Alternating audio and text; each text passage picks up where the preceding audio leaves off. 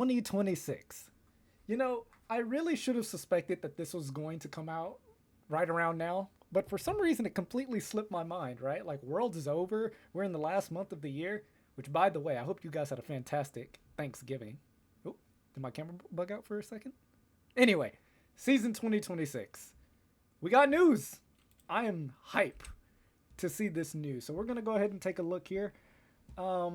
We have a lot of stuff to look at. So we're going to start here with Pabro and Medler and listen to their little video. Oopsie. Sorry about that. Forgot to silence my phone. We're going to start here with Pabro and Medler. And then I guess we'll look at ranked. We'll look at this theme gameplay more. Season 1 gameplay preview. I'm excited. I've stayed totally blind to it. Let's just jump in. Yeah. Y'all ready? I want to make sure the audio is okay.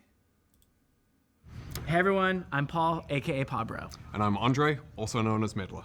Today is October 30th, which is a bit earlier than usual, because we're flying to Worlds soon, and we wanted to film this before we left.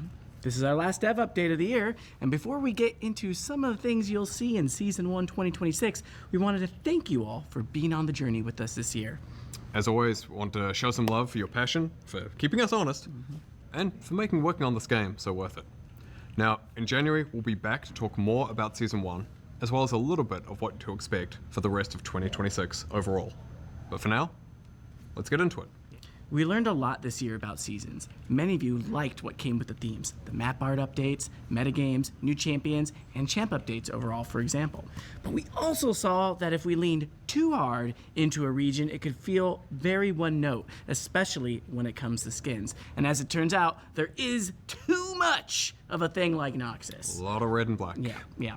So, we'll continue to find the right balance for thematic seasons moving forwards. And speaking of which, it's time to talk about Season 1 of 2026. For this, we wanted a contrast from 2025, with its ancient danger, a dark inn, and quite a bit of scheming throughout. So it's really going to be it's Demacia, right? Like, obviously. It said that before. Sorry, I didn't mean to pause it, but I had to make sure my volume was okay. So next year, we want to kick things off with themes of unity, hope, and justice, with a drop of righteous judgment thrown in there for good measure.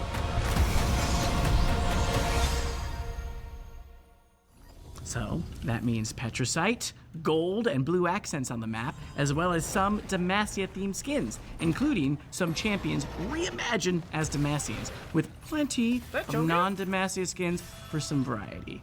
That also means that the yearly cinematic in January will feature Demacian champions.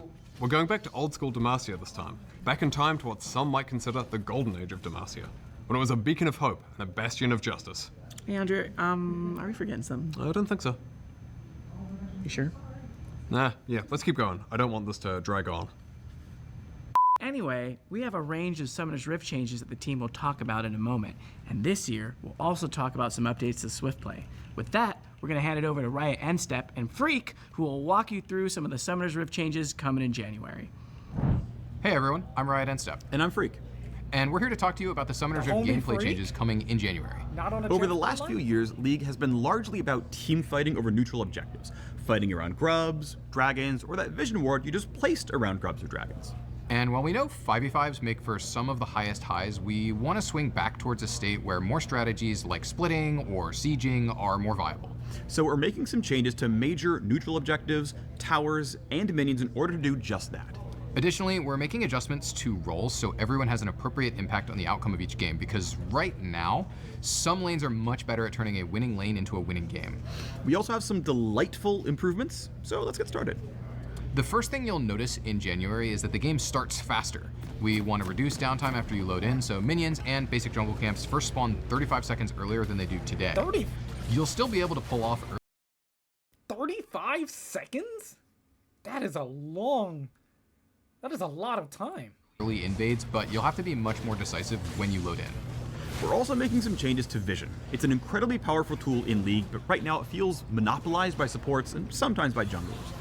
We want to make effectively warding the map easier to learn for everyone, and give more opportunities and power towards drops by pushing champions, especially mid and top laners who are side laning later in the game. So, we're adding Phaelites, locations that grant temporary bonus vision to wards with unique bonus vision areas for each spot. Some Phalite rings will be available at the beginning of each game, while others reveal themselves when the Elemental Rift transforms, particularly those that would otherwise disrupt early game jungle. Okay, so on to the objectives. Otacon was one of the biggest additions to the Rift this year, and was a pretty cool, unique objective to fight over. That said, he contributed to objective fatigue, which many of you cited as an issue, and we agreed. We wanted to alleviate this over time. We had removed the second form of Otacon, we removed the second set of grubs, but it really wasn't enough. So, just like Zehen did, we are cutting Otacon out of the game. That includes Blood Roses and the petals with them. Okay.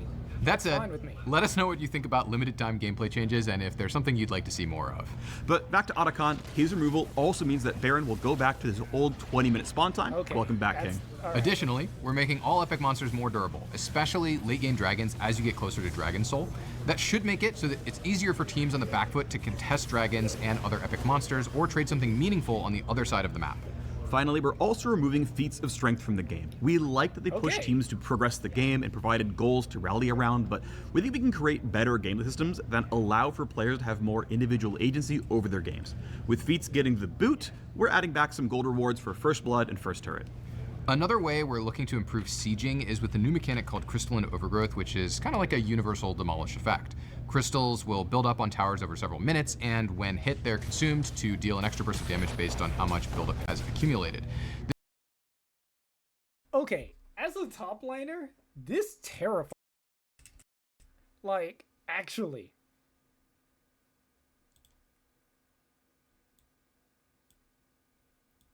Sorry, wind that back for me a little bit. Game players have more individual agency. Another way we're looking at effect. Crystals will build up on towers over several minutes, and when hit, they're consumed to deal an extra burst of damage based on how much buildup has accumulated. This should help enable pushing windows in more situations, even if you're behind or don't have the highest DPS. Demolish will be sticking around, but will be simplified to a good old 3-hit passive. We love 3-hit passives. A 3-hit passive demolish. The towers have a built-in demolish. Otacon is gone. Petals are gone. Baron's back to 20 minutes. And first tower gold is back. It's the age of split pushing. Honestly, I'm calling it now. It's the age of split pushing. Yes, we do. Turret plates will now stay on outer turrets permanently and will be added to the inner and inhibitor towers as well. We're doing this to create long-term piecemeal rewards for pushing, no matter what state the So, all towers have plates now? On top of what we just went over? turret's in, you're likely to mine some gold by taking aggressive actions. We're not adding more gold to the map with these changes. Instead, we're going to be basically spreading out the current gold for killing a tower and splitting it across the plates. To further facilitate pushing, Okay, so if I'm thinking about this correctly, you're not getting more gold. It's just you get a little bit of the chunk of gold from taking the tower little by little until you take it completely. we're ramping up minion hope. respawn rates in the late game to give more frequent access to sieging turrets. We're also adjusting late game home guards to swiftly take you to your most pushed minion wave in each lane. And finally, Nexus turrets will respawn with partial health missing. We like that the respawn allows a team to hold their base for a while and not have to worry about getting backdoored by a Twitch, but with a full health respawn, it meant that it was honestly incorrect for a sieging team to finish killing the turret sometimes. Now, for our biggest change for next year, role quests. When you load into the game in January, top, bot, and mid lane will now have their own quests that reward unique power, similar to the jungle pet evolutions and the support God. item upgrades. Oh god. You'll progress these new quests by killing minions, champions, plates, towers, or epic objectives. All the things you'd normally be doing in a game. Okay, You'll progress even faster by doing those in your assigned lane. okay. Your quest is decided by which role you've been assigned in the lobby. So if you and a friend or a stranger want to change roles, make sure you do an official trade in Champ Select. Okay. One of our goals with these role quests is to buff top and bot carry relative to the other roles, as they're currently the two weakest, and as a result, the quest rewards are going to be comparatively stronger for them. Now, let's get into the rewards which will be granted in a new role quest slot. Historically, top laners haven't always felt like they have the agency over the games that they Yes, deserved, we don't. even if they won their lane. And that's something we would like to change this season. Upon quest completion, top laners will receive pretty much Summoner Teleport for free on top of the two summoners they already chose. Now, if you had taken Teleport in pregame, instead that spell gets a lot stronger, giving a very, very large shield when you use it. In addition to getting a functionally free summoner spell, top laners will also get a bunch of bonus XP up front, more XP from future sources, and an increased level cap. Now, to mid lane. Increase level cap too? Wait, so Darius has teleport now. Darius has teleport now for free, right? All the champs that don't like taking teleport because they can't play macro like Darius, like Set, you can just take Ignite or Ghost so you can win your lane as hard as possible, and then you get teleport anyway? Oh my god. That is... Holy crap. A free teleport. Dude, that's actually terrifying. Like, I'm using Darius as an example because one of Darius's biggest weaknesses is that his lack of mobility means he needs Ghost in order to be an effective champion. So now, if you're like that, if you're a champion who would prefer to take a combat summoner spell like Ghost or Ignite, even fucking Exhaust at this point, you get the teleport for free. There has to be a stipulation behind it. There's no way you're just getting a free teleport with the same cooldown and the same functionality. There's no way. Because that's going to be ridiculous. A huge variety of champions can be played there, so we wanted this reward to be good whether you're mage, assassin, or both like Malphite mid. And upon completing the quest, mid laners will receive a free tier 3 boot upgrade like the ones you could buy with feats, as well as a faster recall. Rounding it out for new quests in bot So they get empowered recall and the tier 3 boots that are going away with the feats of strength. Okay. lane, we're going to lean even harder into the carry part of the role. So while top laners are getting bonus XP, bot laners are getting a whole bunch of extra gold. When completing their quest, they get a lump sum of gold, increased gold from minion kills, champ kills, and champion assists for the rest of the game. And you might be asking, well then what do I do with all this gold if I hit item cap? Don't worry, the item cap is going up. Your 7th item slot will hold your boots permanently, allowing you to get 6 full legendary items for extra hard late game scaling. Jungle and support already have. So top lane gets bonus XP, a level cap, increased level cap, and a free teleport. Bot lane gets bonus gold so they can buy a 6th item, or a 7th item rather, because it'll hold their boots. Dude. Holy crap. This is looking so spicy, I'm not gonna lie. No, the increased level cap is actually a big deal because a lot of top laners have some of the biggest per level bonuses in the game. Like if you're a Juggernaut, for example, I'll use Darius as an example again. Darius's passive gives him a bunch of AD per level, right? Or sorry, the huge chunk of AD he gets when he gets the 5 hits increases with level. So just for example, don't be shocked if champs like Darius and now Zahin's passive goes up with level 2, right? Don't be surprised if these champs are hitting like 1,000 AD late game. I wouldn't even be shocked. That is incredible. Oh, I'm kind of hype. I'm not going to lie. Quests and rewards, but we still wanted to take this opportunity to make some changes to them. Jungle is by far the strongest role in the game right now, especially when it comes to early map influence. So we're slightly lowering the speed of early game clears to give lane matchups a little bit more time to play out uninterrupted. Thank you. We're also making it harder for non-junglers to steal objectives by increasing their resists and making Smite deal more damage. Their role quest is still getting pet upgrades and PvP smite like before, and they're now getting increased golden XP from large monsters when the quest is done, as well as bonus movement speed in the jungle. Similar to jungle, we think support is already plenty powerful and has a very functional role quest, so we didn't want to directly increase their power. With that in mind, we wanted to give them quality of life oriented upgrades, so we're giving them a new slot exclusively for control wards, discounts on control wards, and a little bit more gold over time so they can keep pace a little better with the other roles. Overall, we want these quests I feel like that's a big deal. represent meaningful power spikes in a way that leans into the unique strengths of each role. This also allows us to delete the lane swap detective mechanic that we added last year to combat pro lane swapping. We'll be keeping a close eye on how quests land, so please let us know your thoughts next year. But role quests aren't all we have planned to make your champions feel more satisfying. We're going to bring back a few items to the Rift for each class, so give them some shiny new toys, including bringing back a few familiar favorites like Hextech Gunblade. Gunblade? For example, we're adding the new Scepter of Bonking for AP fighters, which will empower your Spellblade Bonk to double your on-hit effects. Double? That's not the final name, is it? I would like it, but no, we're probably gonna give it something in canon. I do love bonking. Well, anyway, given none of these names are final, if you're an AD fighter without a good way to get Omnivamp, you can grab Blood Sphere, which will give you some Omnivamp and also ability haste scaling with your AD. Or if you play an AD carry who's really good at auto-spacing, you can pick up Snowbow for extra range on takedown, plus damage amp based on how far away you are from your opponents. We took a hard look at which subclasses didn't feel like they were getting enough support from the current item system and worked to fill those spaces, so we're hoping many champions have at least one of the 9 new items that they can get excited about. Speaking of which, we're also adding crit damage back to 200%. Alright, we know that was a lot to cover. We're excited to hear what you think of all these changes as the new season kicks off. Alright, so these next ranked Swift play. Okay, we need to talk about these changes first and foremost. I need...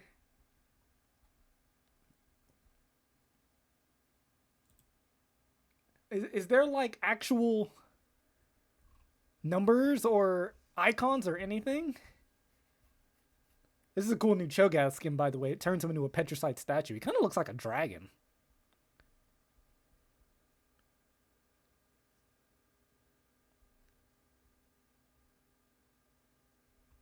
Annual cinematic, battle pass. So that's stuff we've already got. It doesn't actually tell you. There's no numbers here. This is just a quick rundown. Ranked in 2026.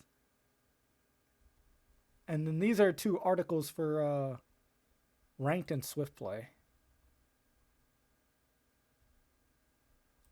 Bro, hang on. Is there like a YouTube video, maybe, that we can take a look at so we can see some more of this stuff in action?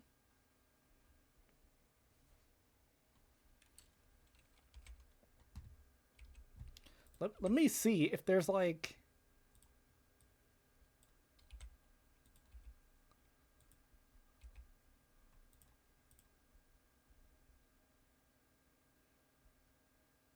Oh look, there's a video from Skin Spotlights.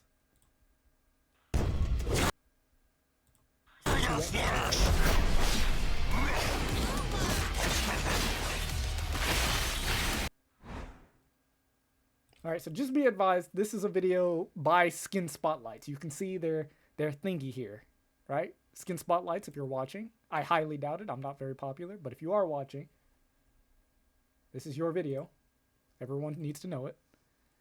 Atakan is gone, level 20 cap, 7th item slot. Big changes coming in season 2026. But first, let's start with some speculative data mines. Replay stats are showing 16 champions get... Right. So, these just the champs that are getting skins? Ashe, Poppy, Katarina, Talia, Nautilus. Cool. Role quests, items. Alright, so let's look at role quests and items, because I'm assuming he has the numbers for this. It's tower or even epic objective. AD carries will get a lump sum plus increased gold from minion and champion quests. And plot will automatically hold. Mid lane will receive a free tier 3 cooldown version of teleport for free. Gain a longer CD teleport with 2 summoners with teleport. Okay. So the teleport does have a longer cooldown. Your level cap becomes 20, so it's 2 extra levels. On top of that, That's a big deal. The 2 summoners. A lot of top laners get so much per level. Like, when people think, oh, my champ gets stronger with level, they think of, like, Kayle and Kassadin. But no, like, some of these bruisers get a ridiculous amount of stats per level. So this is a bigger deal than you might think. Spells they have already chosen. Hiding a lot. And your level cap is a discount on control. Now, monsters, as well as bonus moves. It looks like we don't have a number yet, but we know it's a longer cooldown teleport. Returning. Disclaimer, all stats on the screen are work in progress dev values. Okay, well, yeah. So the they stats on might these not items are release not exactly valid. with these stats. They're just there to give you an idea. First, we got Scepter of Bonking. Okay, it actually is called Scepter of Bonking, so we can probably ignore the stats for now since it's not final. You can just look at them kind of close. A little bit of HP, It's an some AP. ability haste, attack speed. After using an ability, your next attack deals bonus magic damage on hit and applies on hit effect in additional time. Does it apply all your on hits in additional time? So it's like an AP on hit champion like Kale or maybe like Fizz or something? Fight a Sheen that will double your on hits. So an example would be Diana's passive, she'll be able to skip one of the hits. Or Gwen Q, she'll be able to stack that up even faster. As for the next item, Emblem of... Oh, I didn't even think of it from that point of view. I thought of it from the item perspective, like spell blades on hit. So I was thinking like, okay, you can get your Bork off faster maybe, but then I was like, but who builds that aside from Kale? Okay, so like that also includes passives. I didn't even think about that. So yeah, Gwen can stack her thing faster, for example. That's cool. Dude, so Gwen gets full snip and 2 snips? Holy crap. Emblem of all inning. Attack speed, crit, move speed. No damage, just attack speed, crit, and move speed? Gain 15 ultimate ability haste. After casting your ultimate, your next 3 attacks gain attack speed and critically strike if your attack was going to crit. Deal true damage instead. Huh. So who's this going to be good on? Like Zeri, maybe? all inning. It's a Zeal-like item for ADCs that like to ult and pop off. This item gives ultimate ability haste plus a burst of attack speed and guaranteed critical hits for 3 attacks after ulting. You will deal bonus true damage instead if you were already going to crit on those auto attacks.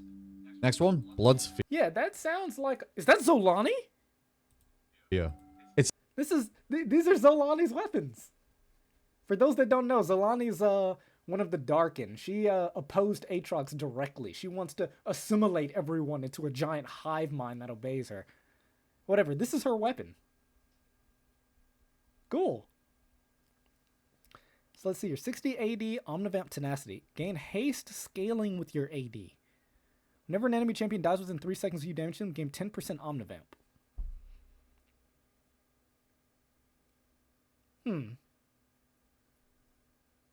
It gives 20% tenacity? And then I guess it gives you 15% Omnivamp after you get the first kill?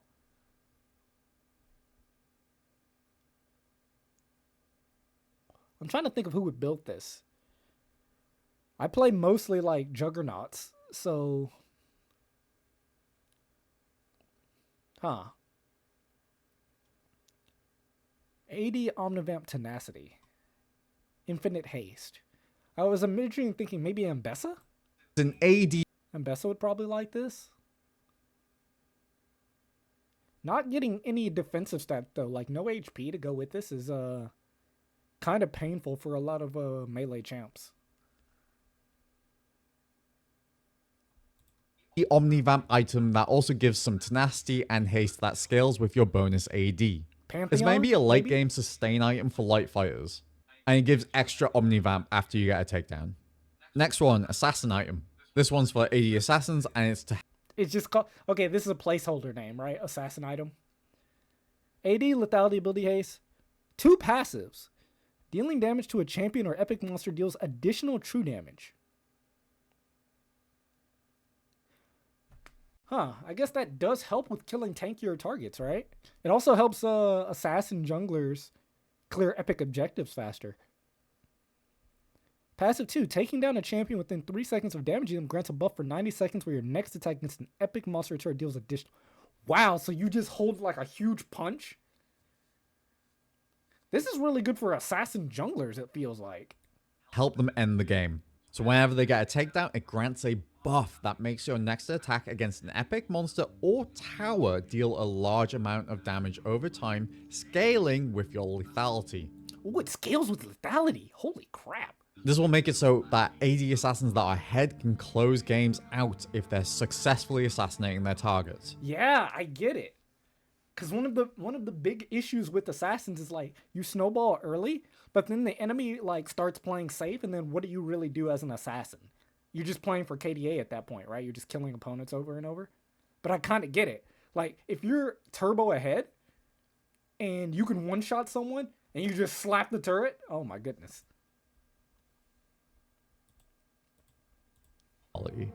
As for the next one, Hey players, you know a lot of you have been asking about the Hello, winter map Pablo. and why we haven't been Nice able to do ad. it, and I'll tell you, it's really difficult.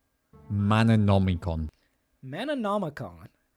AP Mana Ability Haste. Active. For 8 seconds, your spells cost 100% more, so it doubles your spell cost. You gain AP scaling with mana, shielding, healing, and cooldowns. Wait, what? Oh, this is a separate line. For 8 seconds, your spells cost double. You gain AP scaling with your mana. Shielding, healing, and cooldowns progress 25% faster.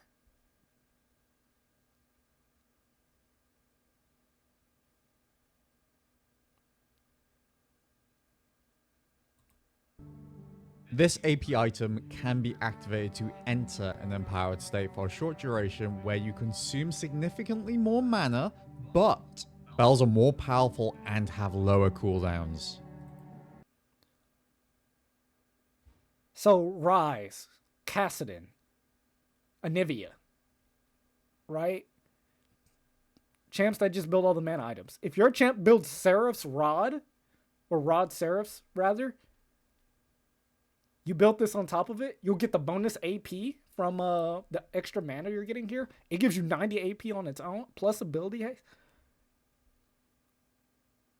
Man. Rise is about to go crazy. Cassidon's about to go crazy. Holy crap. The extra damage, healing, and shielding Cassiopeia. on your spells scale with your mana, so you're rewarded for investing into it. Next one, Snowbow. It's a long Snowbow. So this is the ADC item, right? 50 AD and some crit. Deal up to 10% increased damage based on how far away the enemy is. Good for Caitlyn. Whenever an enemy champion you've dealt damage to within 3 seconds Whenever a champion you dealt damage to within 3 seconds dies, gain 100 additional range for 6 seconds. Ooh, wow. So it's like...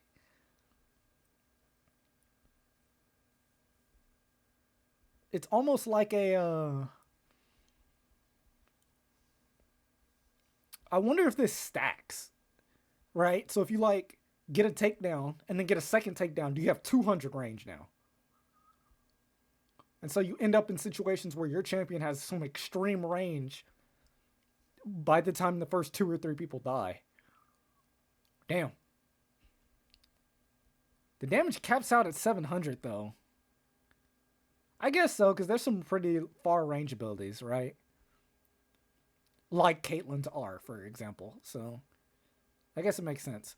I don't know off the top of my head how high the auto ranges for these champions are. How high is Caitlyn's auto range?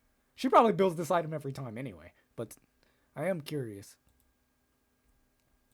range item for ADCs, increases your attack damage. It's an Buff Engine. HP ability haste, armor MR. So this is a support item, just looking at the stats. And the name, I guess. Slowing or immobilizing an enemy grants a buff aura for 8 seconds. Buff aura provides you with 20 movement speed. Also provides you and your allies with 30% attack speed. Interesting. So, movement speed and attack speed. Oh no, you get the movement speed. So, your support walks up like, I would guess Bard, for example, just looking at this. Bard walks up, throws an auto, right? An empowered auto from his passive. You get hit with the meep. And now you're slowed. Bard gains 20 movement speed instantly. And an aura that gives his teammates attack speed. I mean, it just seems pretty good. Like, I think Bard's probably kind of what this item is tailored to. I mean, Bard will build anything anyway, but cool. Honestly, most supports probably like this, because most supports have some amount of CC utility. Right? Like, not all of them have immobilizing effects, but the fact that slowing works too is pretty good, because landing a slow is not very hard. Right? Lulu presses EQ, and she can slow you. Right? Renata presses E, and just slows everything in front of her. So it's like, I can kind of see this definitely being a slotted item, especially since the the support quest is giving them a little more gold over time. So it gives them time to actually build extra items like this. Aura item with a bit of gameplay. After lifeline item for Mantle of the 12th Hour. 600 HP, so it's a tank item. 15 ability haste. Taking damage that would reduce your HP below 30% causes you to regenerate HP over 5 seconds, scaling with your armor, MR, and HP regen. While regenerating, you gain 15% increased size, 10% movement speed, 25% tenacity. It's Mundo's ult. It's Mundo's ult. It's Dr. Mundo's ultimate. tanks. This item gives a large heal over time effect when you get low that scales off your bonus armor and magic resistance. While you're healing off this item, you also gain some movement speed and tenacity. Moving on to the next one. It's Dr. Mundo's ultimate in an item for tanks. And it scales with your armor, MR, and regen already. Okay, so Mundo's got a fun third item now that he's going to build every game. Scales with your armor, MR, and HP regen. I mean, all the tanks love this, right? All of them love this. Casanti loves this. Wow. This is actually pretty goddamn horrifying. I'm not going to lie to you. That's a great item. I mean, again, we don't have the numbers yet, right? We don't know exactly how much this will heal for, but assuming it's anything close to Dr. Mundo's ultimate that you get in an item, man. 2 in 1. Savior's Mana Bell plus Super Bell. It's a new upgradable tier item for enchanters. So an upgradable item for enchanters, okay. 250 HP, heal and shield power, 1000 mana. And base mana regen. Passive 1, gain heal and shield power scaling with your mana. And then when you fully stack it, because it builds from tier, it's a tier item for enchanters. And when you fully stack it, while in combat, each second heal the lowest nearby ally for 1% of your max mana. Wow, so a tier item for support. That's pretty interesting, actually, because what mana items do supports build?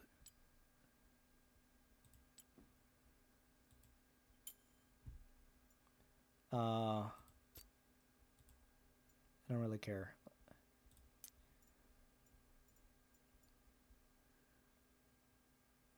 So this gives mana regen. This doesn't give direct mana. Do any of these give direct mana?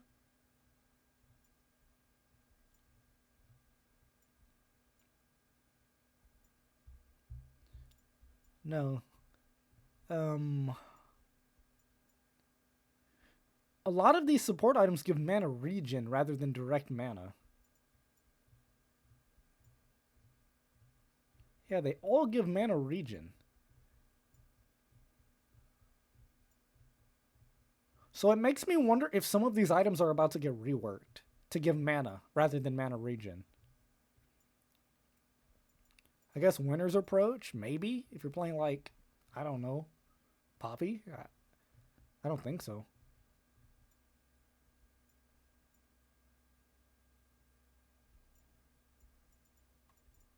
Yeah, all the support items give mana regen. They don't give direct mana. So even if you're stacking a tier, I feel like some of these support items are probably going to get reworked. This is what this looks like to me. It's a sign that they're about to rework some of these support items to give direct mana rather than mana regen. Annabelle grants heal and shield ally every for the 2 returning ones. We got Hex Tech. So Gunblade and Stormrazor are back. So probably don't need to talk too much about this. Akali, Katarina, they're super happy about Gunblade.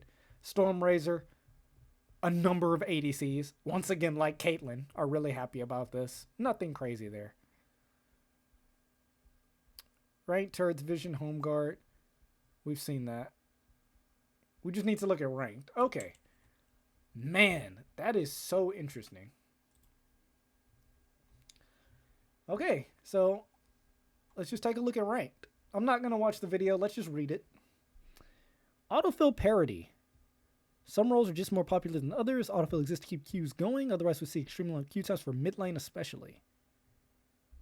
Now that you can enroll, you didn't choose frustrating, tried your best, and lost LP for something out of your control, so we're making changes to ensure these matches feel more balanced.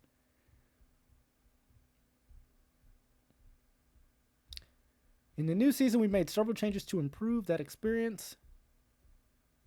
First, attempt to match an autofill player against another autofill player in the same position. If that isn't possible, we'll aim to have the same number of autofill players on each team. In worst case, the team with more autofill players will have slightly higher MMR players. That helps. That really helps.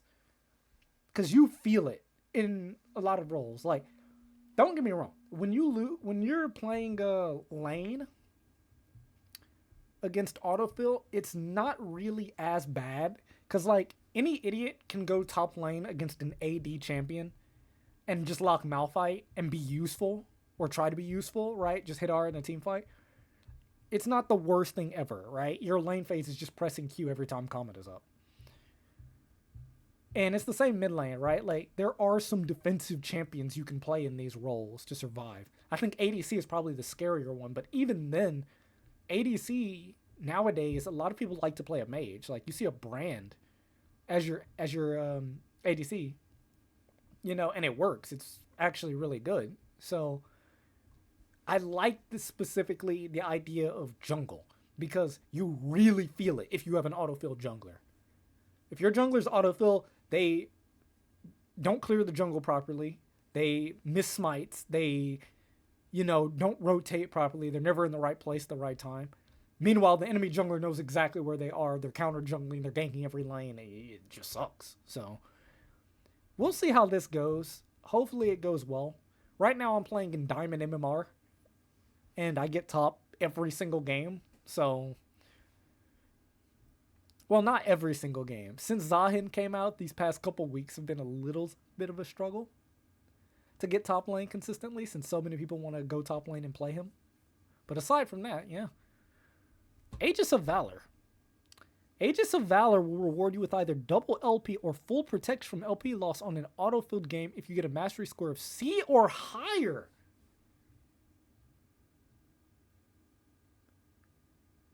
So if you get auto-filled and you play decently, you can avoid losing LP. But you can't run it down. You have to actually play the game.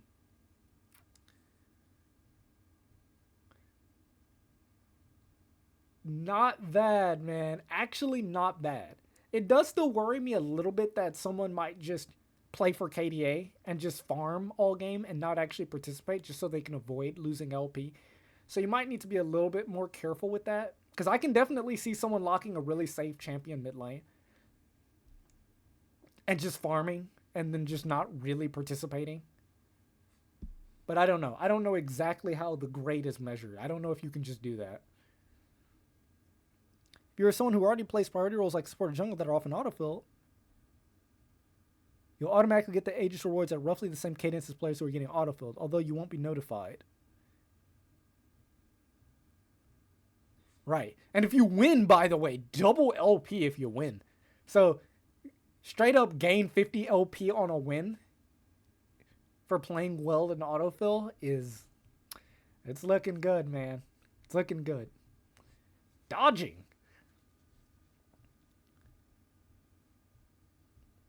Aside from the time wasted getting back into new lobbies, your opponents might be able to predict your picks and target ban you.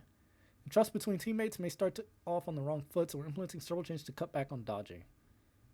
Dodging will no longer reset your autofill status. If you dodge, your autofill will carry over. I didn't even know it worked that way. But I don't dodge, so... The added incentives from Aegis of Valor, we feel there's even more reason to play out those games. At Master and higher, a dodge will count as a full loss. Holy crap. In addition to the autofill carrying over and receiving a dodge cooldown time. Wow. Alright. No more dodging. Holy crap.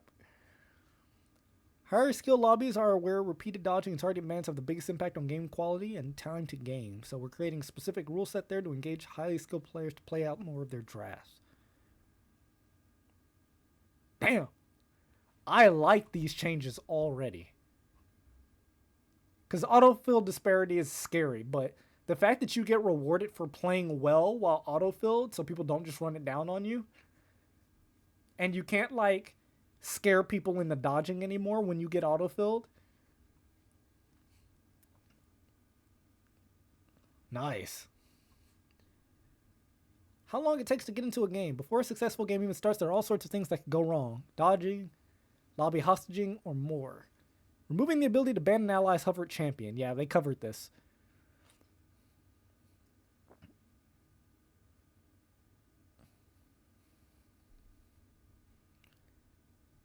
Cutting down on animations and timers in Champ Select by roughly 30 seconds.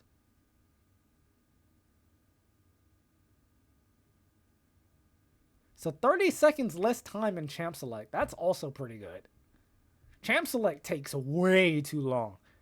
It sucks being in queue for 5 minutes, getting into a lobby, and then everyone takes like their full 30 seconds to ban and lock in, only for it to dodge last second anyway. So you spend several minutes in Champ Select, and then before you know it, you queued up 10, 15 minutes ago, and you're still not in the game. Rank skill distribution and climbing indicator. Trying to make changes to how MMR ranks and line up at lower end of the ladder. The distribution of players across different ranks has drifted out of alignment with their actual skill. You've all gotten much better since we introduced ranked. A bronze player of the past might not know much about the game at all. Today's bronze player is often familiar with wave management, champion matchups, and objective timing. Yeah, I mean, the general skill level of the player base does rise over time, so that's nothing shocking. Oh, I thought I misplaced my phone. Sorry. If a new player entering ranked ends up in a match against opponents with that degree of knowledge, it's just not a great experience for anyone involved. So, recalibrating some of those lower tiers to more accurately reflect the skills of the players within them. Some days about realigning tiers with the actual skill, not inflating ranks. Okay. A climb indicator that appears when your visible rank is lagging behind your current MMR. Fresh experience of being in play lobby, seeing a silver player, it often feels like you have someone who shouldn't be on your team, but the reality is that very often players just start their climb a bit later and actually does belong in that lobby. I feel like that was obvious. For as long as I've been playing League, whenever I'm in a lobby and I see someone with a border that's much lower than everyone else's, you kind of just assume that that person is either smurfing or they haven't played all their ranked games. Right? Because it just means their MMR is really high. So I generally assume that to mean that the person's like smurfing or something. I never get tilted thinking that they don't belong on my team. Making change to how flex and solo MMR are determined. Incredible painful experience playing flex with your friends in a gold lobby and being absolutely stopped by someone who's gold in flex and master in solo duos. So we're going to be bringing flex ranks more in line with solo duo ranks. I've played maybe 10 flex games in the past 10 years. Finally, we're re-enabling duoing and solo duoing at all ranks, including Challenger for most regions. Recent boosting detection and matchmaking improvements, we're confident it can return without fear of exploitation. Okay, man. I actually really, really appreciate these changes. So ranked is going to be better, especially around autofilling. I mean, I don't mind autofilling now. The only role I'm really not confident in is jungle. I'm not a confident ADC either, but I can play Ezreal and play like a mage. Or I can pick a mage, right? It's not the craziest thing. Yeah, man. Holy moly.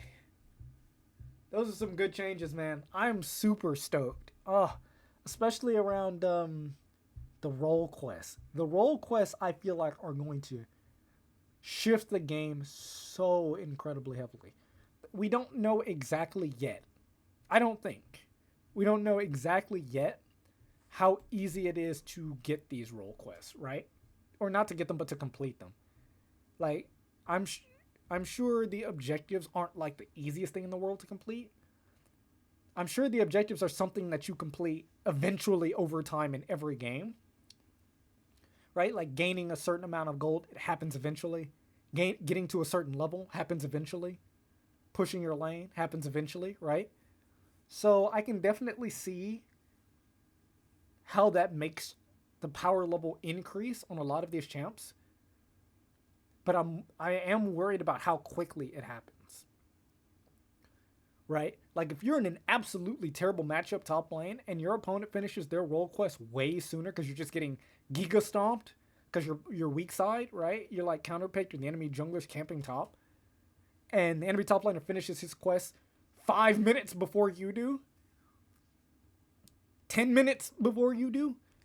How big of a disparity is that going to be? We don't know yet. Anyway.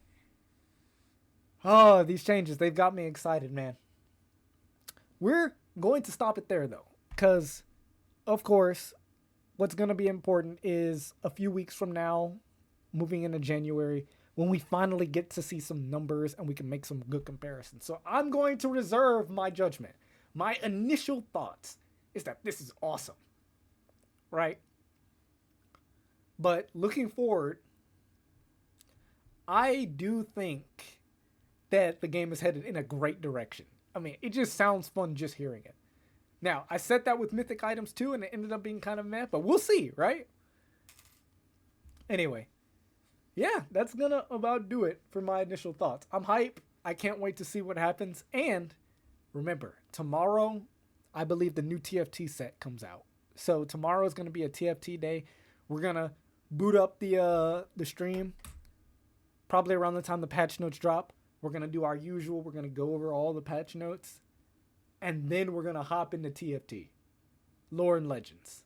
I've stayed somewhat blind to it. We looked at the dev blog and I said I wasn't going to look at anything else because I want to see it and experience it firsthand. So yeah.